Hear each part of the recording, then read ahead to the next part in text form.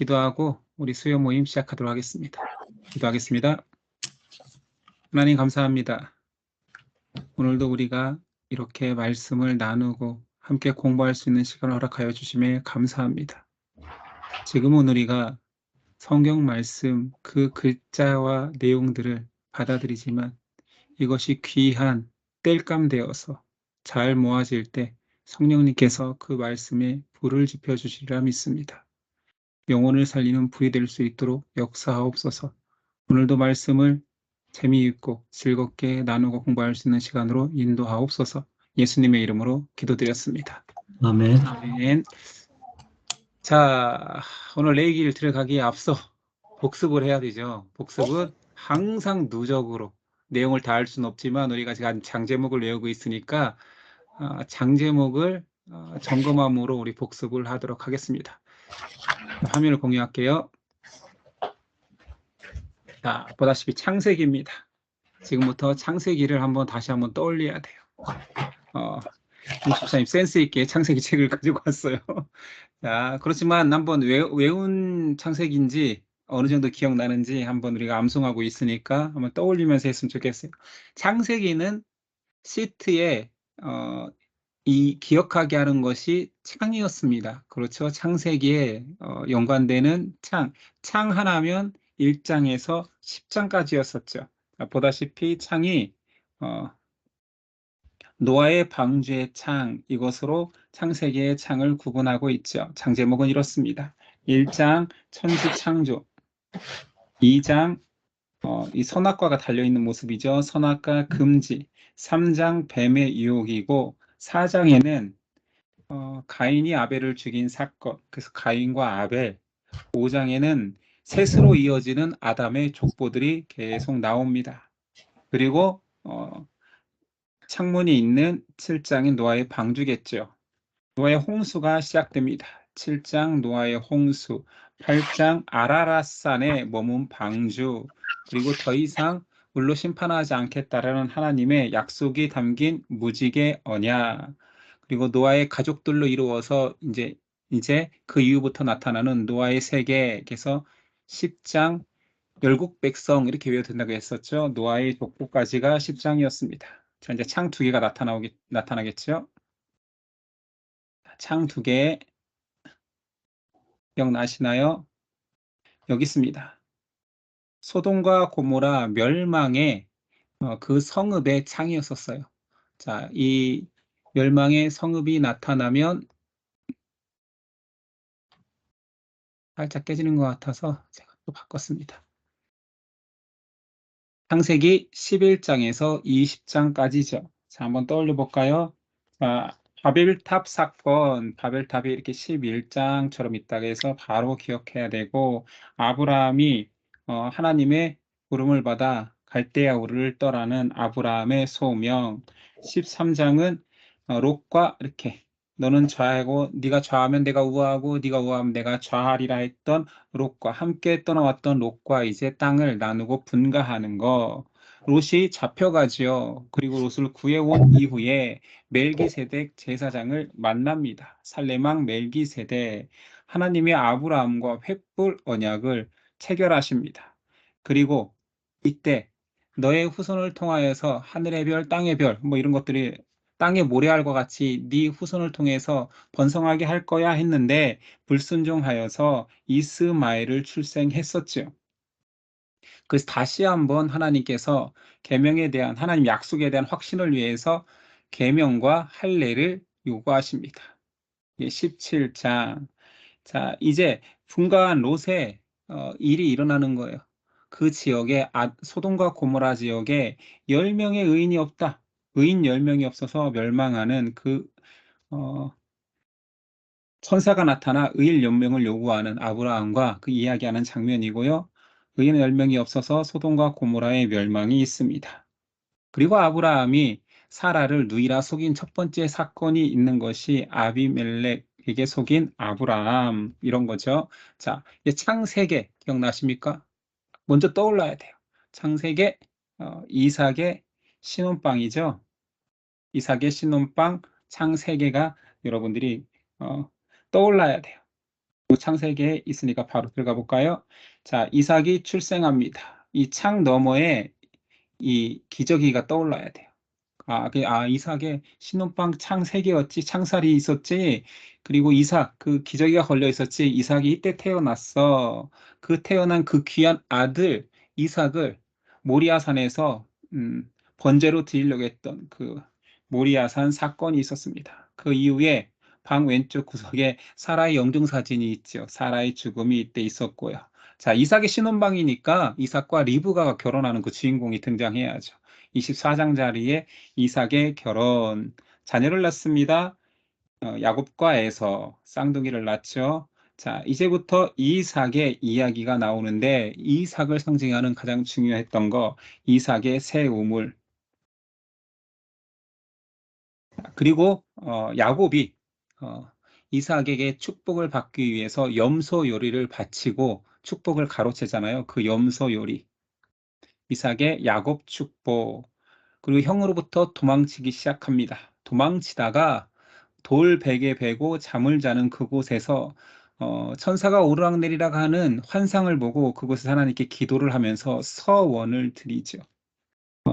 하나님, 하나님께서 나를 안전하게 형의 손에서 안전하게 다시 이곳에 오게 하신다라면 이곳에 이 돌베개 뱉던 이 돌을 가지고 하나님의 집을 세우겠습니다. 그리고 평생 하나님의 주인 되심을 강조하기 위한 11조를 드리겠습니다. 뭐 이런 서원을 했었죠.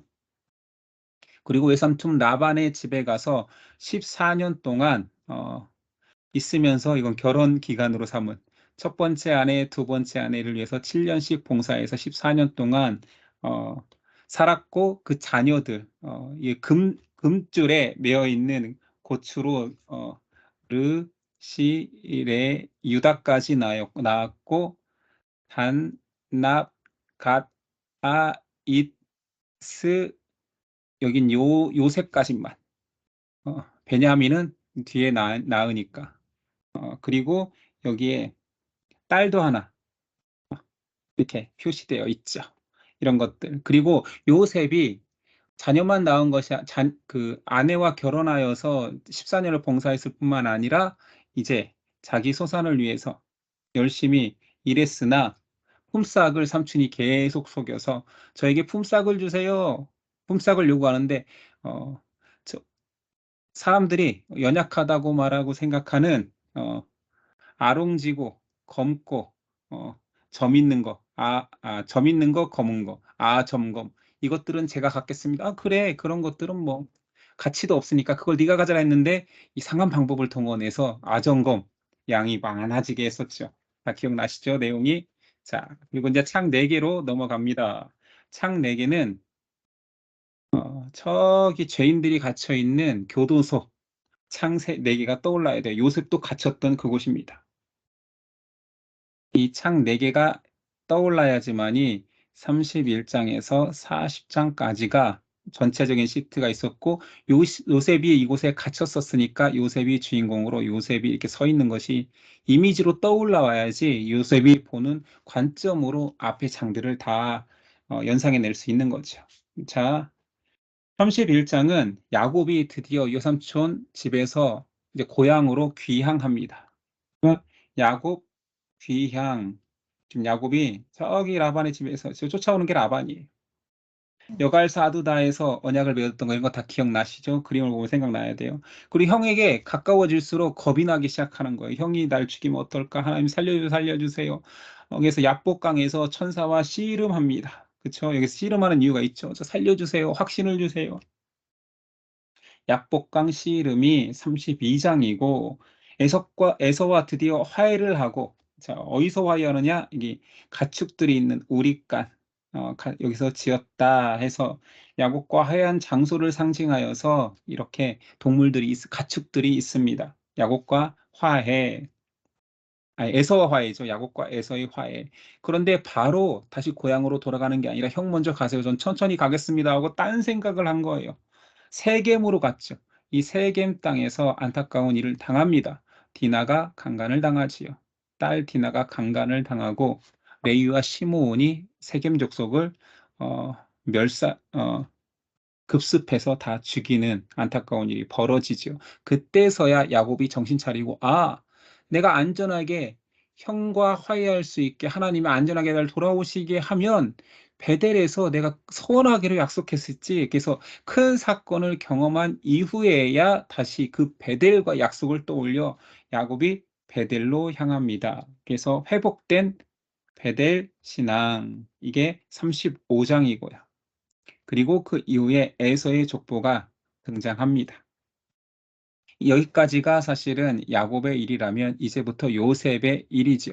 3대째 이제 3대 족장 요셉의 일이 37장에는 요셉이 야곱에게 편애를 받죠. 사랑하는 라헬의 소생이기 때문에 요셉을 편애합니다. 이 들고 있는 것들이 요셉만 입혔던 그 채색 옷이에요.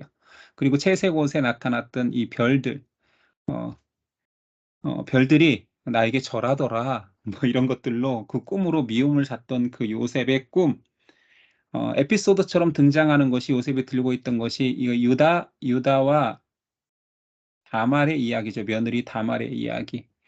자녀들을 계속 죽으니까 셋째 아들을 주지 않아서 시아버지와 동침해서 후손을 이으려고 했던 다말의 그 계책이 등장했던, 그래서 유다의 지팡이와 인장끈과 도장이죠. 인장과 음, 도장과 지팡이, 유다의 그 이 에피소드 다 기억나죠? 어떻게 해서 이것을 유다 손에 들어왔었는지.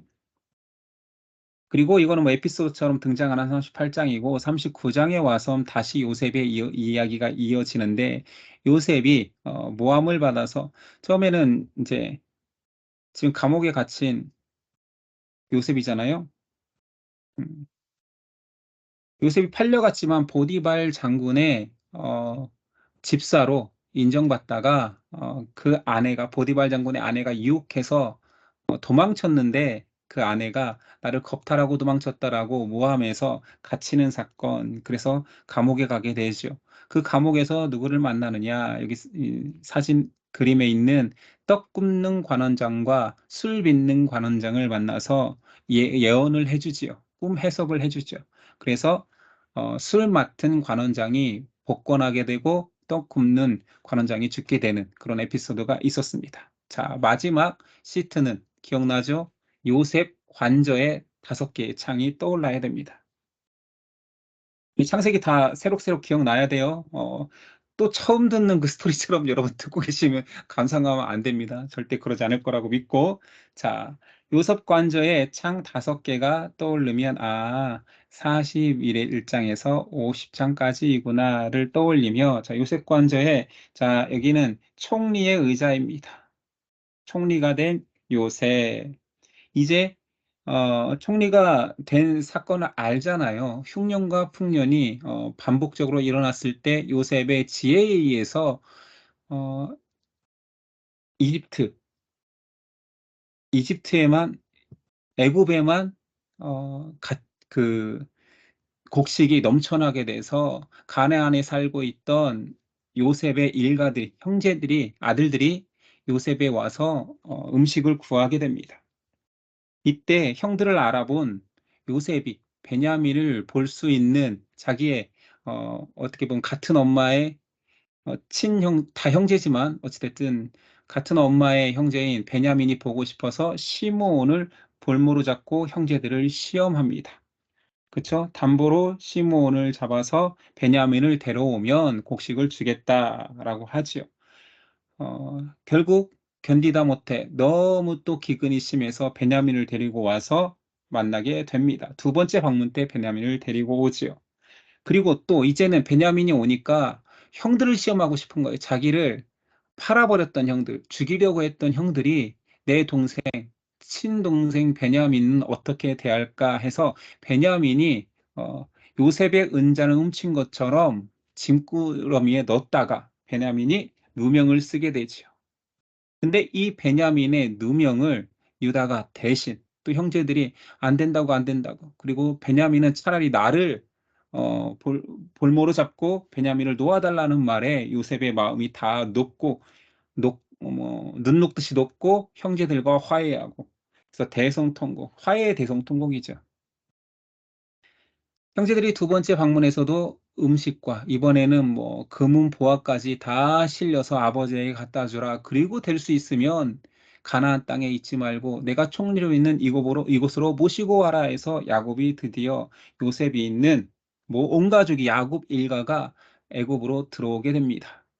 이것이 뭐 우리가 이제 출애굽에서 알게 됐듯 왜 이스라엘 백성이 애굽에 사는지에 대한 이유가 나타나는 거지요. 37장은 들어와서 고센 땅을 허락받습니다. 고센 땅에 거하는 이스라엘 백성, 야곱의 백성. 이제 야곱이 죽기 전에 손자들을 축복합니다. 이거는 요셉의 손자, 두 손자, 그리고 이는 아들들 축복이죠. 근데 야곱이 둘째 서름으로 인생을 그렇게 꼬이게 살았잖아요.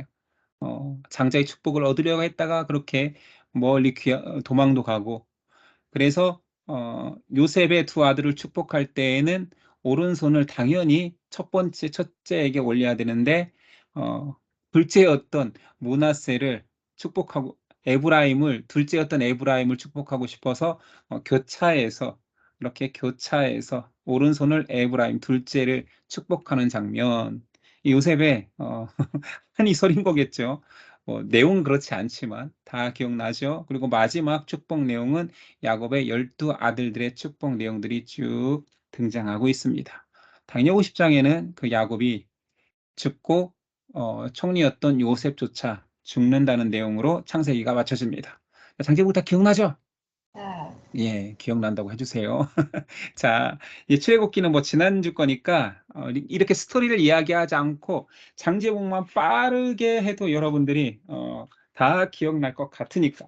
그러나 한번 점검을 해보겠습니다. 출애굽기는 누가 떠올라야 되느냐? 창세기는 창문이 한 장, 두 장, 세 장, 네 장, 다섯 장까지 떠오른다면 출애굽기는 모세가 떠오르면 됩니다. 자, 모세 한 명 5장에 있었죠. 다음에는 모세 2명이겠지요. 자, 이제 가봅시다. 자, 이스라엘에 출애굽으로 올 때에는 요셉 총리의 초청에 의해서 국빈 자격으로 왔는데 요셉을 모르는 새 바로에 의해서 이들이 이제 구박을 받고 노역을 하기 시작하는 거예요. 그래서 이스라엘 백성의 고역, 힘든 노역, 고역이라고 표현되어 있죠.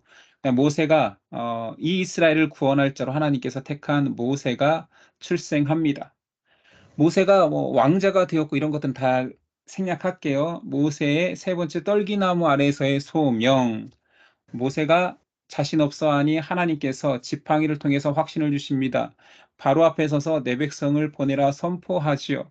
그러나 바로가 더 힘든 고역을 시키니 좌절했을 때 하나님께서 언약을 다시 한번 재확신시켜 줍니다. 그래서 10가지 재앙을 드디어 모세를 통해서 하나님께서 내리기 시작하는데 7장에서 피, 8장에서 개입파, 9장에서 악도구, 10장에서 메뚜기 흑암 재앙, 모세 두 사람의 자리는 홍해의 모세와 아,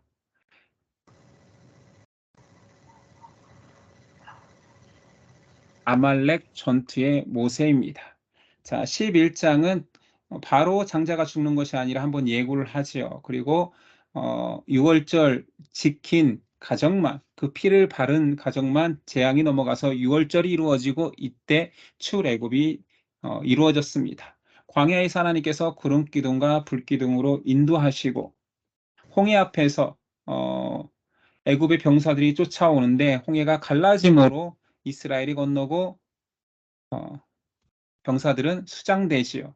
그것을 감사하기 위해서 15장의 모세와 미리암의 찬양, 광야의 가져온 음식이 떨어졌을 때 하나님께서 음식을 주십니다. 만나와 메추라기. 첫 번째 전쟁인 아말렉 전투의 승리는 모세가 두 손을 들고 아론과 훌이 함께 기도함으로 승리하였고요. 그 이후에 장인 이드로에 의해서 천부장부터 십부장까지 그런 통치 체계가 만들어지게 됩니다. 드디어 가장 중요한 장소인 시내산에 도착합니다. 그리고 시내산에서 십계명을 받지요.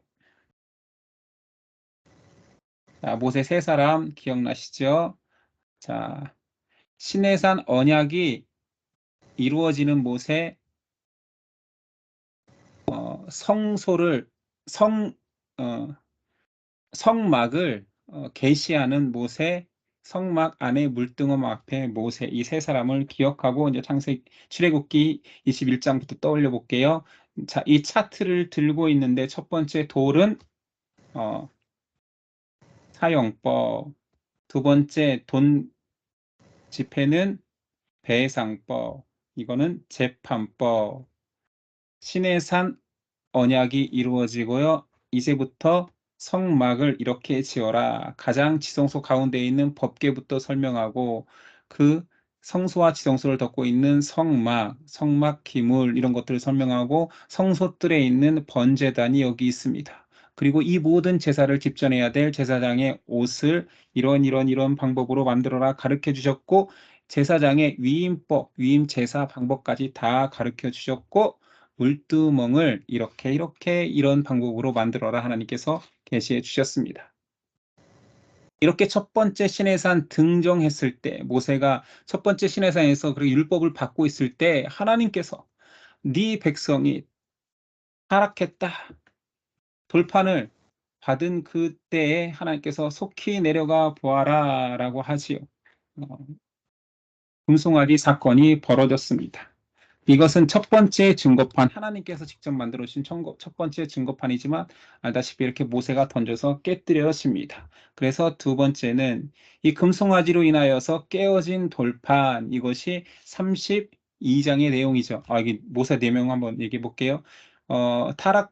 금송아지를 섬긴 이스라엘을 위해서 중보하는 모세, 다시 돌판 깎는 모세, 성막을 위해서 예물을 드린 백성들에게 그만 가져오라, 넘친다, 풍부한 예물이 있다, 그만 가져오라 선포하는 모세와 마지막 봉헌식의 모세가 떠오르면 30에서 40장까지입니다. 자, 여기까지 했으니까요. 자, 33장은 모세의 중보기도, 다시 새로 만든 돌판, 성막 건축 예물 드리는 백성, 풍족한 예물, 그리고 여기까지가 다 지난 이후에 이제 실천하는 거죠. 성막을 만드는 것입니다. 만드는 것 내용이 이렇게 나오는 거예요. 법계 7장에 여기까지. 등대, 그러니까 성막 안, 성소와 지성소 만들었다고 실천했다는 내용이 37장. 성막 뜰에 있는 물두멍과 번제단까지가 38장, 그리고 마지막 제사장의 옷을 만들었다는 이유가 39장. 다 완성되었으니 이제 하나님께 성막을 드립니다. 봉헌시, 이렇게 해서 우리가 출애굽기를 마쳤었지요.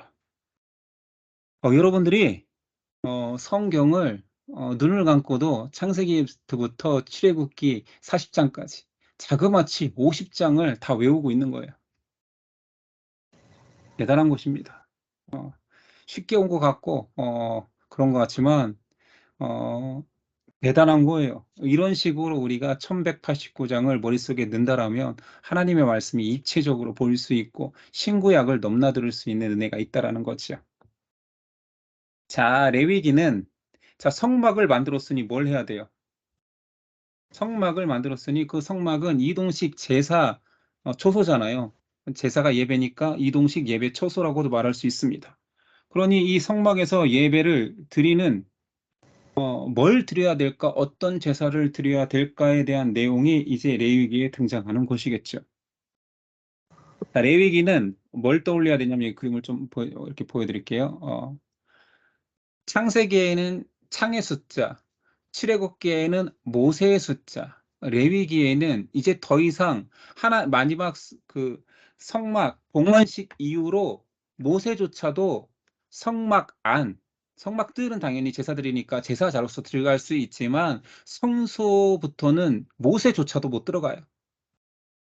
성소는 당연히 제사장이 들어가는 거고 지성소는 1년에 한 번 대제사장밖에 못 들어갑니다. 그러니까 레위기는 이제 제사를 드리는 법들이 이제 등장할 텐데 그래서 이제 모세가 주인공이 아니라 이제 제사장이 주인공이라고 인식을 하는 거예요. 그래서 레위기는 제사장이 나와야 된다. 또 레위기를 떠올 때 처음부터 모세를 찾기 시작하면 이제 장이 꼬일 거 아니에요. 그러니까 레위기에는 제사를 드리는 제사장이 중요하다. 제사장 한 명이 등장하면 1장에서 10장까지 그냥 시트 한번 볼까요? 제사장이 2명이 등장하면 이 2명이잖아요. 한 사람, 2사람. 2명이 등장하면 11장에서 20장까지 이게 레위기구나. 제사장이 나오니까 레위기구나. 이거는 뭐 유출병, 피를 흘리는 질병이 있을 때 우슬초 잎으로 이렇게 정결례를 하는 장면을 묘사하고 있어요. 제사장이 하는 거거든요. 제사장이 2명 등장하면 11장에서 20장까지고, 자, 당연히 마지막 시트 세 번째에는 제사장이 3명 등장하겠죠. 3명이 뭐 하고 있느냐? 이렇게 차트를 들고 있어요. 저 어렸을 때는 이거 선생님들이 걸개라고 했거든요. 걸개라는 말 썼는데 이게 사투리인가 봐요. 찾아봐도 없는 것 같고, 걸어놓는 뭐 그런 거였나 봐요. 그래서 걸개라고 했는데 표준어가 아닌 것 같아서 차트로 바꿀게요.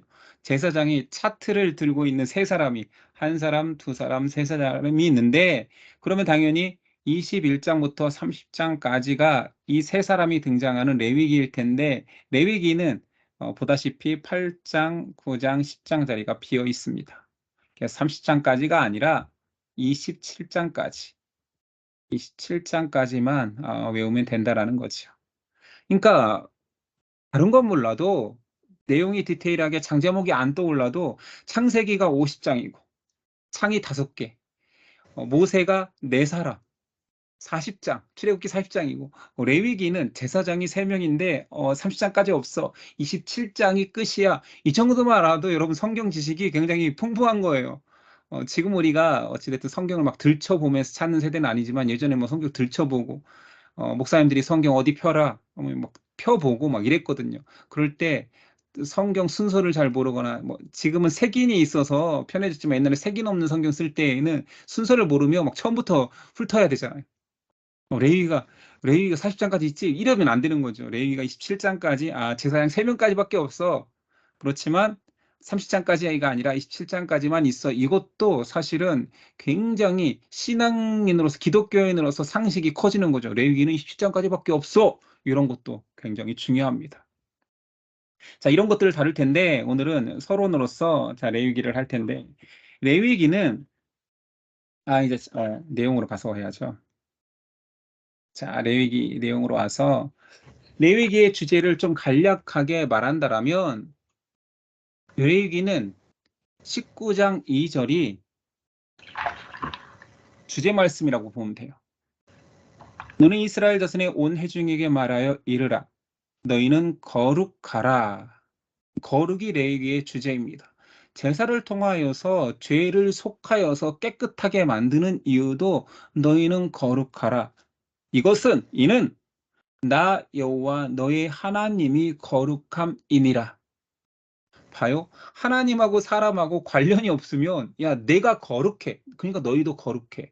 말이 안 되잖아요.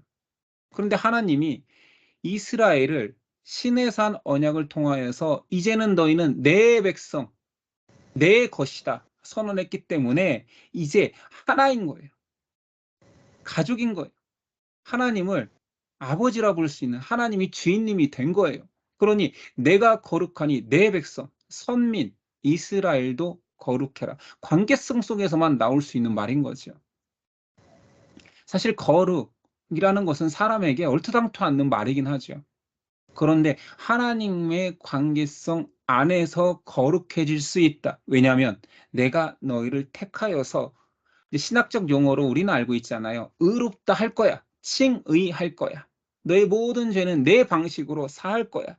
그런데 우린 신약에 살고 있는 우리는 알지만 구약에서는 그 모든 것들이 선명하게 드러나지 않고 제사를 통하여서 이제 하나하나 알아가는 시점인 거예요. 하나님이 거룩하다. 창조주가 거룩하다. 모든 피조물이 거룩해야 마땅한데 그들이 스스로 왕되려 했고 신이 되려 했기 때문에 내 백성만큼은 다시 나를 왕 삼고 너희는 내가 피조물로서의 나의 백성이 되면 너희에게 거룩을 허락할 거야. 그 방식은 제사라는 보이는 방식을 통해서 이룰 건데, 결국은 육체적 성결은 나아가 영적 성결을 이야기하는 거죠. 제사의 피를 통하여서 피 흘림이 없으면 사함이 없다 있잖아요. 피로 너를 깨끗이 씻어낼 거야. 근데 네 육체와 또는 흘리는 그 피, 짐승의 피는 그 피가 실제로 죄를 사하는 게 아니라 모든 것들의 모형이니 그리스도, 완벽한 제물이신 완벽한 어린 양인 그 피에 의해서 씻길 거야를 예표로 계속 등장하는 거예요. 언제까지? 약속한 한 사람이 등장할 때까지. 완벽한 제물이 준비되기까지 이 제사는 육체적이지만 영적인, 이것을 믿는 자는 실제로 짐승 양의 피로 사함받는 것이 아니라 이런 방식을 통해서 내가 너희를 구원할 거야라는 실제로 어린 양 대신 그리스도에 의해서 구약 모든 백성까지 구원하시는 하나님의 방식을 보여주는 거예요. 알겠죠? 그러니까 레위기는 사실은 예수님의 제사예요. 예수님의 피 흘림이에요. 그런데 그 방식이 아직 구체적으로 드러나지 않은 구약 시대이기 때문에 제사를 통해서 나타난다. 그럼 모든 제사에 예수님의 피 흘림의 방식, 예수님이 구속하시는 방식, 속죄하는 방식, 그런 것들이 등장해야 되는 거죠. 알겠죠? 그래서 두 가지 주제. 하나님의 거룩하심, 하나님이 거룩하시니 그 백성도, 그의 자녀도 거룩하라 한다. 그 방식은 제사다. 온전한 제사를 통해서 너희는 씻김 받는다. 그래서 두 가지 주제는 알았죠. 하나님이 거룩하니 백성도 거룩해야 된다. 방식은 제사인데, 첫 번째는 예배. 예배가 뭐예요? 여기서는 제사예요, 제사. 두 번째는 제사로 깨끗함을 입었으면 그 다음에는 행해야지. 그게 율법을 행하라는 율법 내용이 이제 레위기에서도 나와요. 율법의 실천. 그래서 레위기 19장 2절이 레위기 전체의 주제라는 것을 기억하면서 오늘 첫 시간이니까 레위기는 사실 이런 표현을 써요. 제가 예전에 이런 질문을 받은 적이 있어요. 레위기를 여러 번 읽어도 은혜가 안 된다. 그래서 저한테 뭐라고 얘기했냐면 성경 통독하고 싶은데 레위기도 읽어야 되냐? 아니 통독이라면서 다 읽으려면서 레위기 읽으세요. 그때 그래서 제가 뭐라고 했냐면 그러면 레위기가 어렵고 이해 못해도 그냥 읽는 겁니까? 그냥 읽으세요. 그러나 때가 되면 레위기를 공부하면 좋겠지만 이해 못해도 읽어보세요. 뭐가 있는지라도, 무슨 내용이 있는지라도, 뭘 모르는지, 뭐가 궁금한지라도 아는 것도 성경에서 굉장히 중요합니다. 그리고 제가 한 가지 덧붙이기 이렇게 얘기했어요. 물론 그때는 제가 앉아보세요. 제가 가르쳐 줄게 했으면 더 좋았겠지만 그냥 이랬어요. 세상의 모든 종교는 경전이 있습니다. 사람이 만든 경전이에요. 이것은 하나님이 계시해 주신 말씀이기 때문에 다 이해하라고 준 건 아닐 거예요. 그러나 하나님이 말씀하시면 알든 모르든 겸손하게 듣는 것도 신앙인의 태도입니다. 레위기가 이해돼서 읽는 사람만 있는 게 아니라 이해 안 돼도 하나님이 말씀하시는 것을 경청해 보겠습니다라는 자세로 그냥 읽으셔도 됩니다. 왜냐하면 이것은 계시이기 때문에 그 말씀을 하신 하나님을 우리가 믿기 때문에 좀 핑계죠. 그러나 진심이었습니다. 어떻게 성경을 이해되는 부분만 있습니까? 그리고 성경을 어떤 누가 읽는 즉시 다 한국말이라고 해서 다 이해합니까? 저도 성경을 많이 읽었지만 그 읽을 때 다 이해하면서 읽은 거 아니에요. 그러나 하나님이 나에게 주시는 말씀이고 계시기 때문에 이해 못하는 부분이 있어도 읽었던 것처럼 여러분들도 그렇게 접근하라는 건 아니에요. 이해될 수 있게 최대한 설명을 할 거예요. 그러나 영적인 의미들은 설교가 아니기 때문에 다 파악할 수는 없지만 우리는 재밌게 피상적으로 어찌됐든 내용들을 최대한 소화하면서 읽을 거예요. 그런 의미에서 오늘은 이 레위기를 관통하는 이 제사법에 여러분들이 겁을 떨쳐야 돼요. 편견을 깨야 돼요. 레위기는 어렵다. 레위기는 이해하지 못하고 읽는 거다가 아니라 레위기에 대한 편견을 깨는 작업을 오늘 할 거예요. 뭐냐면 제사는 5가지가 있습니다. 여기 나왔죠? 제사는 여기 5대 제사예요. 한 가지를 더 추가하는 사람들도 있어요. 출애굽기에서 나왔었죠. 제사장을 위임할 때도 제사를 드리는데 그거는 번제, 소제, 화목제, 속죄, 속건제가 아니에요. 그래서 제사장 위임법 때 사용한 위임 제사니까 위임제 이것까지 포함하면 6개로 말하는 분도 있어요. 그렇지만 이건 뭐 특별한 제사장을 세울 때만 하는 거니까 일상 통상적으로는 5대 제사라고 해요. 그래서 이 5대 제사가 있다. 제사의 종류는 이렇게 물어보면 5개 라고만 해도 외우기가 굉장히 쉬워져요.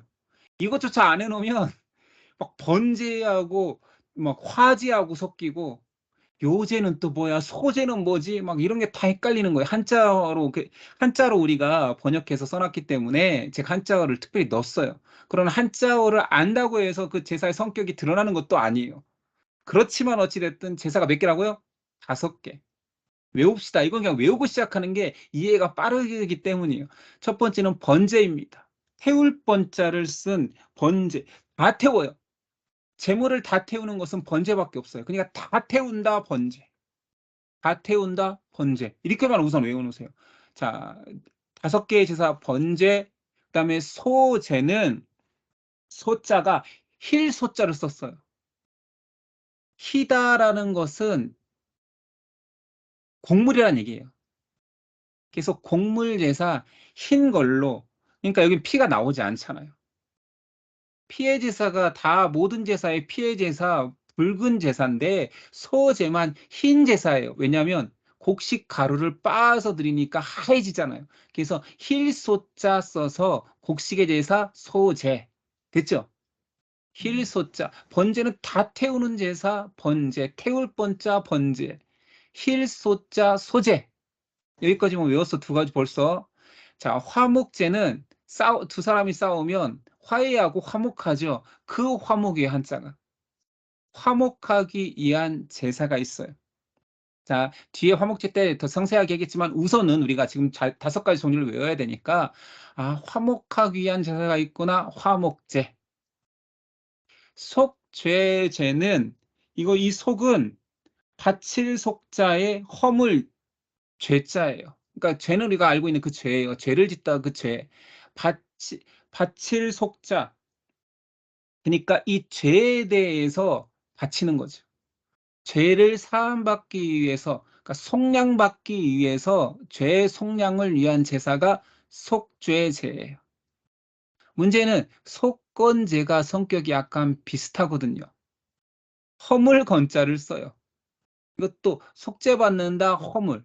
죄와 허물은 무엇일까? 차이를 뒤에 가서 이해하기 전에 5가지 제사를 외워야 되기 때문에 자, 다 태운다 번제, 흰 곡식으로 드린다 소제, 화목하기 위한 화목제, 죄를 속량받기 위한 속건제, 허물을 사함받기 위한 속건제.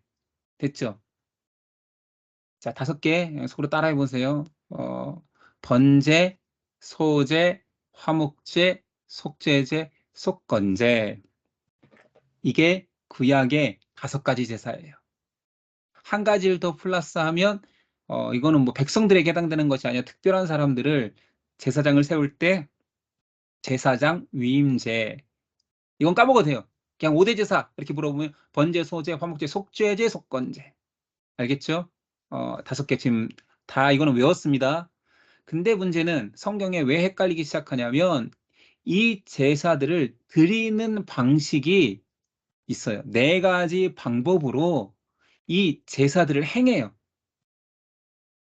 자, 이런 거죠. 축구라는 종목이 있어요. 근데 축구면 찰축이잖아요. 근데 손도 쓰는 거 아세요? 골키퍼가 손을 쓰죠? 나간 공이 사이드라인으로 나가면 손으로 던져서 안으로 집어넣어요. 그렇잖아요. 그러니까 축구라는 이름에서는 찰축인데 던지기도 한단 말이에요. 방법이 여러 가지로 게임 방법이 있는 것처럼 5대 제사도 여러 가지 방법을 사용하여서 제사를 드려요. 그 방법의 이름이 전제. 이 전은 한자로 말하면 이해하기 좀 어려워요. 왜 그러냐면 이건 제사 드릴 전자거든요. 근데 제사의 가장 기본적인 것이 여러분 기억나요? 제사에 뭐 구경했거나 참여하신 분들도 예전에 있었을 거 아니에요. 술을 따라드리잖아요. 이렇게 뭐 향에 돌려서 술을 따라드리는데, 그래서 제사에 붓는다 해서 전자가 제사 드릴 전자지만 부어서 제사를 드리는 전제. 전제는 포도주나 기름, 피 등을 붓는다라는 거예요. 전제, 붓는다. 됐죠? 이건 방식이에요. 이거 제사의 이름이 아니에요. 근데 이것을 뒤에 제사 제자를 써놓는 바람에 이것도 제사라고 착각하면 안 되는 거예요. 이것만 구분해도 레위기가 한 30%는 더 이해가 돼요. 전제는 제사의 종류가 아니라 방법이다. 아, 붓는다는 얘기구나. 포도주 전제, 기름을 붓는다, 피를 붓는다, 전제의 방식으로 드린다. 됐죠? 화제, 불화자를 썼잖아요. 태운다. 태우는 방법을 화제라고 표현한 거예요. 번제, 태울 번자하고 헷갈리면 안 돼요. 번제는 제사의 이름이고, 이거 태웁니다. 화제로 드려. 불로 드려. 이 말인 거예요. 방법. 됐죠? 자, 거제는 들것자예요. 들것자. 그래서 재물을 이렇게 드는 거예요. 우리 찬양 드릴 때 손 들고 하는 것도 있죠. 다 거기 제사, 하나님을 높이는 거. 하나님이 제사의 가장 기본적인 요소는 피를 쏟아서 죄를 씻는 거와 태워서 향기를 흠양하는 거예요. 하나님께 드리는 거예요. 그러니까 드리는 그 제사 요소 중에 손을 들어 마음을 드리고 제사자의 순종을 드리고 상복을 드리고 이 모든 것들이 거제와 같이 제물을 들어 올리는 방법이 있단 말이에요. 이거는 제사 이름이 아니라 방법인 거죠. 됐죠? 들거, 그러니까 한자가 필요한 거예요. 제물을 들어 올리는 방법으로 드려라 이렇게 써 있지 않고 거제로 드려 이렇게 되니까. 알겠죠? 자, 요제는 흔들 요자. 자, 이거 요제. 그냥 드는 거하고 달라요. 요제는 흔들어요. 흔드는 제물들이 있단 말이에요. 그래서 5가지 번제, 소제, 화목제, 속제제, 속건제와 4가지 방법. 전제 붓는다, 화제 태운다, 거제 든다, 요제 흔든다. 그래서 오제사법이라고 해요. 5가지 제사와 4가지 방법이 있다. 오제사법. 있죠? 이거 설명한 거예요. 오제사법. 5가지 제사와 4가지 방법. 오제사법. 자, 번제, 소제, 화목제, 속제제, 속건제는 외워요. 왜 그러냐면 우리가 신앙생활 하면서도 설교 중에도 막 많이 들었기 때문에. 그런데 잘 안 외워지는 건 뭐냐면 전제, 화제, 거제, 요제 이게 잘 안 외워진단 말이에요. 그래서 암기 팁으로 드립니다. 자, 제사 방법을 모르겠으면 저한테 전화 걸어서 물어보세요. 전화 거세요. 세만 빼면 돼요. 전화 거요. 뭐 이건 좀 바보 같잖아요. 전화 거요. 이러면 못 알아들으니까. 제사의 방법이 모르면 저한테 전화하라고요. 전화 거세요. 전화 거세요. 전화 거세요. 전제, 화제, 거제, 요제. 됐어요? 네. 아, 예. 고맙습니다. 대답해줘서.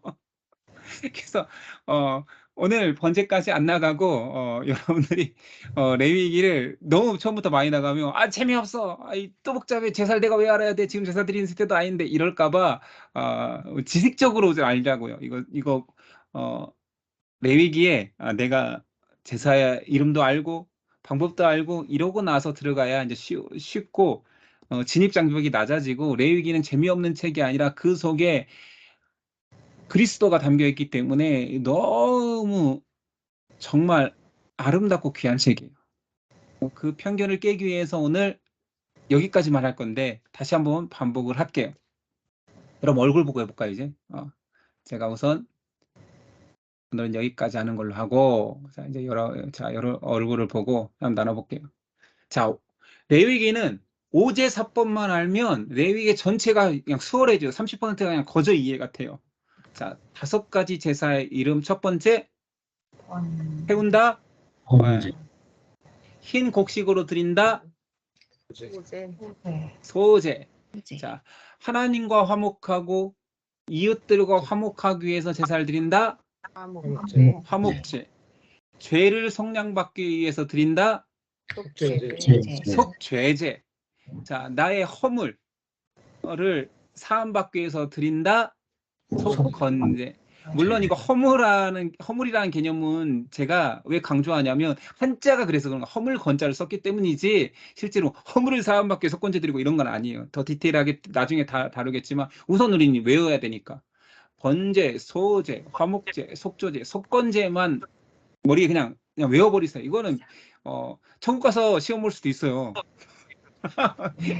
천국 가서 하나님이 너 5가지 제사 정도는 알아야지 할 수도 있다고요. 진짜 믿거나 말거나. 천국에 왔는데 무슨 시험이냐고 하겠지만 이 정도는 나 기독교인이냐 했는데 레위기를 어려워서 안 읽었어요. 그 재미없어 안 읽고 제사 지낼 시대가 아니어서 안 읽었어요. 하지 말고 그 제사 5가지만 알면 되는 거 아닌가라고 이렇게 좀 뻐길 수 있으려면 번제, 소제, 화목제, 속건제, 속제제 정도는 알아야 되고요. 그걸 드리는 방식 4가지는 모르면 전화 거세요. 알겠죠? 전화 거요. 전화 거요. 전제, 화제, 거세, 요제. 됐죠? 한자는 상식적으로 알아야죠. 전제, 부어서 드린다. 그러니까 뭐 포도주도 붓고 피도 붓고 부어서 드린다. 화제, 태운다. 거제, 든다. 요제, 흔든다. 됐죠? 오늘 여기까지. 여러분들은 굉장히 수준 높은 신학생이 된 거예요, 오늘. 오늘만큼은. 네. 알겠죠? 그래서 오늘 짐도 많이 안 나가고 여기까지만 할 때 집에서 애들 앉혀놓고 한번 해보세요. 구약의 제사를 통해서 제물한테 안수하고 죄를 전가하고 그것을 태워서 드림으로 하나님께 상을 받았는데 제사의 이름이 5가지가 있단다 하면서 쫙쫙쫙 풀어주고 이걸 드리는 방식 4가지가 있단다. 모르겠으면 아빠한테 전화 걸어. 전화 걸어. 그런데 이제 본인이 정작 기억나지 않으면 저한테 전화 거세요. 알겠죠? 오제사법을 오늘 외웠습니다. 여기까지. 오제사법. 됐죠? 자, 이 9가지를 외워놔야 레위기 다음 주부터 더 신나게 들어갈 수 있습니다. 예, 참여해 주셔서 감사하고요. 여러분 때문에 저도 오늘 신나게 장제목 다시 리마인드 해봤습니다. 진짜예요. 그냥 하는 말이 아니라 제가 신학대학원을 준비할 때 이 장제목 책을 처음 발견했을 때 막 끌어안고 울고 싶었어요. 감격해서. 물론 저는 입시라는 상황 속에서 만났기 때문에 미쳤다고 생각했어요. 미쳤다. 내가 1년 동안 대학교 4학년 때 도서관에 처박혀서 장신대라는 이상한 학교는 장제목을 시험에 많이 냈었어요. 그래서 주요 장제목을 다 외웠단 말이에요. 근데 이걸 생으로 외웠기 때문에 까먹고 잊어버릴까봐 또 까먹고 이 고생을 너무 많이 했는데 올라왔더니 장신대 앞에 서점에서 그 인쇄소에서 이거를 막 쌓아놓고 파는 거예요. 그래서 이걸 처음에는 어떻게 하게 됐냐면 장신대 있잖아요. 도서관에 들어가서 입시생들이 거의 막 침범해서 들어가서 공부하고 그랬거든요. 나 막 쫓아내고 시간 되면 쫓아내고 막 이랬는데 거기에 한 손에는 성경, 한 손에는 이상한 이렇게 스프링 달린 책을 가지고 다니는 거예요. 다. 뭐 약속이나 한 듯이 한 손에는 성경, 한 손에는 스프링. 저 스프링은 뭔가 했더니 이제 기독교도 했을 거 아니에요. 다 경쟁자인데 뭘 공부하나 했는데 다 이상한 그림책을 보고 있는 거예요. 장제목 그림책이라고 얘기하거든요. 장제목 책이라고 안 해요. 그림책이라고 그러죠. 다 그림책 보고 있는 거예요. 그래서 물어봤죠. 그게 뭐냐고 했는데 이게 장제목을 이미지화해서 외우는 거래요. 세상에 이런 게 있냐고 어디서 났냐고 했대. 이게 바로 정문 앞에 10m 앞에 출판사가 있거든요. 거기 쌓아놓고 파는 줄 몰랐던 거야. 그게 입시 한 달 전에 올라갔거든요. 제가 한 달 전에 올라가서 고시원에서 아무튼 지내면서 시험을 보겠다고 올라갔는데 한 달 전에 안 거예요. 그래서 제가 그때 나 떨어졌다. 이렇게 1189장을 다 외우고 공부하는 사람하고 내가 순위를 매기면 내가 틀림없이 떨어졌다. 그래서 아니나 다를까 떨어졌어요. 1차도 안 붙었어요. 그냥 떨어졌어요. 근데 하나도 안 아까웠어요. 왜냐하면 제가 한 달 전에 올라갔다 했잖아요. 일주일 만에 이 장제목 1189장을 다 외웠어요. 얼마나 갈급했으면.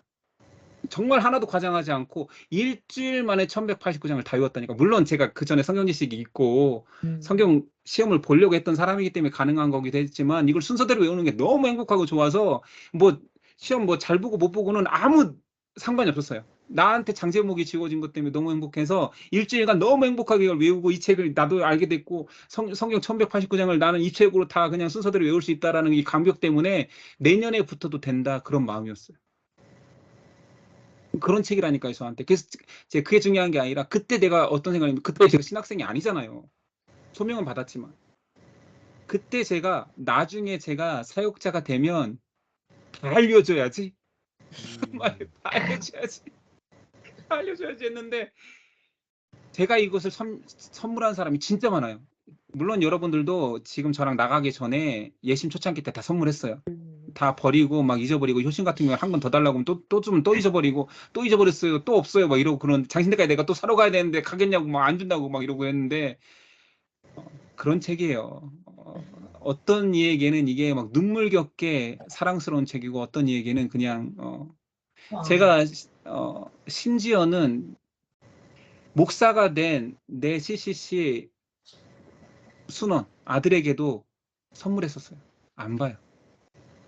안 봐요. 갈급함이 없으면 왜 장제목을 외워야 되는지도 모르고 설교 준비하기도 바빠 죽겠는데 장제목을 외울 필요도 없고 안 봐요. 근데 저는 꿈이 내 성도 해야겠다. 그래서 하고 있잖아요. 꿈이 이루어지고 있는 거죠.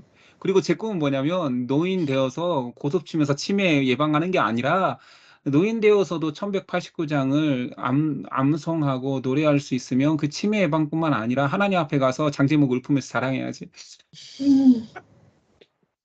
너 뭐 하다 왔냐? 장제목 외웠잖아요. 하나님 주신 계시의 말씀을 하나도 까먹지 않으려고 제가 머릿속에 다 외웠잖아요. 이런 얼토당토한 고백을 해봅니다. 늙으면 하자란 얘기예요. 늙을 때까지 할 거니까 천천히 잘 따라오세요. 여러분은 지금 90장을 외우셨습니다. 그죠? 예, 동기부여는 여기까지 끝내고 오늘 좀 일찍 끝났기 때문에 좀 한 거고요. 예, 기도하고 오늘 마치도록 하겠습니다. 하나님, 오늘 레위기 그 안에 들은 하나님의 오묘한 구원의 섭리는 다루지 않았습니다. 그러나 구약의 하나님의 백성들을 살리기 위하여서 거룩하신 하나님께서 그 거룩을 너무나 주고 싶어 만들었던 그 제사법의 이름들을 보게 되었습니다. 하나님이 우리를 구원을 향한 열망이 얼마나 큰지 레위기 속에서 발견할 수 있는 은혜를 허락하여 주시고 제사법 하나하나 하라는 모든 방식 하나하나에 하나님께서 우리를 향한 구원 계획이 얼마나 귀하게 담겨 있는지 깨달아 알 수 있는 우리 되도록 은혜 허락하여 주옵소서. 오늘도 함께 해주신 하나님께 감사하며 예수님의 이름으로 기도드렸습니다. 아멘. 아멘.